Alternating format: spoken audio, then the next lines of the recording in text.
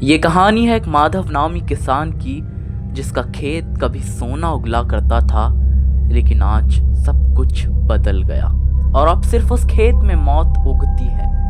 माधव एक ईमानदार और हार्डवर्किंग किसान था। उसका बस एक ही सपना था कि बस वो इतनी फसल उगा सके कि उसके बेटे शिखर को वो अच्छे स्कूल में पढ़ा सके। गांव के लोग हमेशा से कहते थे, माधव के खेत में एक अलग ही बरकत है। हमेशा उसकी खेत की फसल हरी भरी होती थी, चाहे बरसात हो या चाहे धूप हो, चाहे आंधी आए।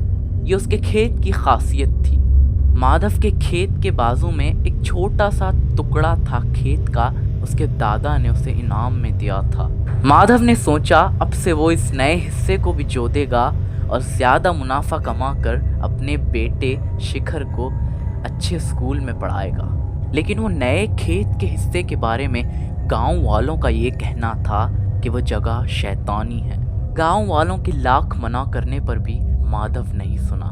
माधव अपने बेटे को पढ़ाने के लालच में उस नए शैतानी हिस्से में हल चलाने का काम शुरू कर दिया। जैसे ही माधव ने पहले दिन उस खेत में हल चलाया तो अचानक से उसकी गाय जमीन पर गिर गई और उस गाय की आंखें सफेद हो चुकी थी।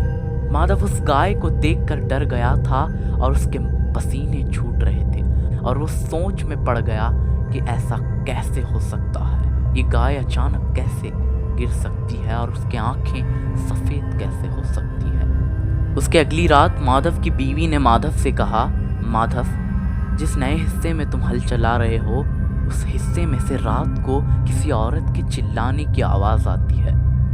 ऐसा माधव की बीवी ने माधव से कहा।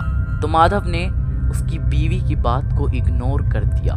ये आवाजें माधव की बीवी को हर रात आने लगी। माधव ने ये ठान लिया कि वो खुद रात में उस नए हिस्से में जाकर देखेगा कि वहां पर कौन है। माधव जब खुद जाकर देखता है तो वहां पर उसे खेत के नए हिस्से के बीच में एक औरत खड़ी हुई मिलती है, वाइट साड़ी में, और उसकी सारी फटी हुई जली हुई थी। जब माधव ये सब देखता है उसके रोंगटे खड़े हो जाते हैं, उसके शरीर से पसीने आने शुरू हो जाते हैं। वो औरत बस एक ही बात कह रही थी चिल्ला चिल्ला कर कि ये खेत मेरा है।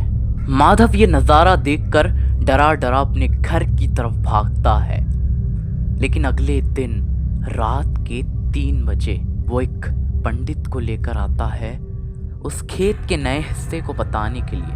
पंडित जब अगरबत्ती जलाने की कोशिश करता है तो अचानक से अगरबत्ती बुझ जाती है और तेज तेज हवाएं चलने लगती है।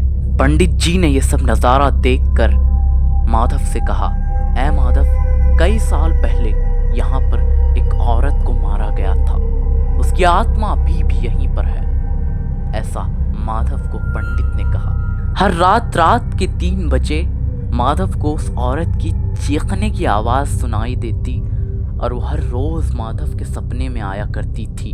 ऐसा हर रोज चलने लगा।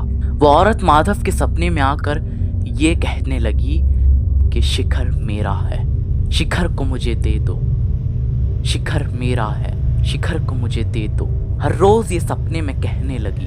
अब शिखर माधव का बेटा अचानक से बीमार पड़ने लगा और जब डॉक्टर को उसने बुलाया, डॉक्टर ने माधव से कहा, इस बच्चे को कोई और बीमारी नहीं बल्कि इस पर कोई भयानक साया है। ऐसा डॉक्टर ने माधव से कहा। माधव ये बातें सुनकर एक रात खेत के नए हिस्से में चला जाता है, ये देखने के लिए कि वहां पर क्या राज है। जैसे ही वो खेत में पहुंचा तो उसके आंखों के सामने वही औरत थी जले हुए कपड़ों में, लेकिन अब उसके हाथ में माधव का बेटा शिखर था। माधव ये सब देखकर उस औरत से कहने लगा, मेरे बेटे को छोड़ दे।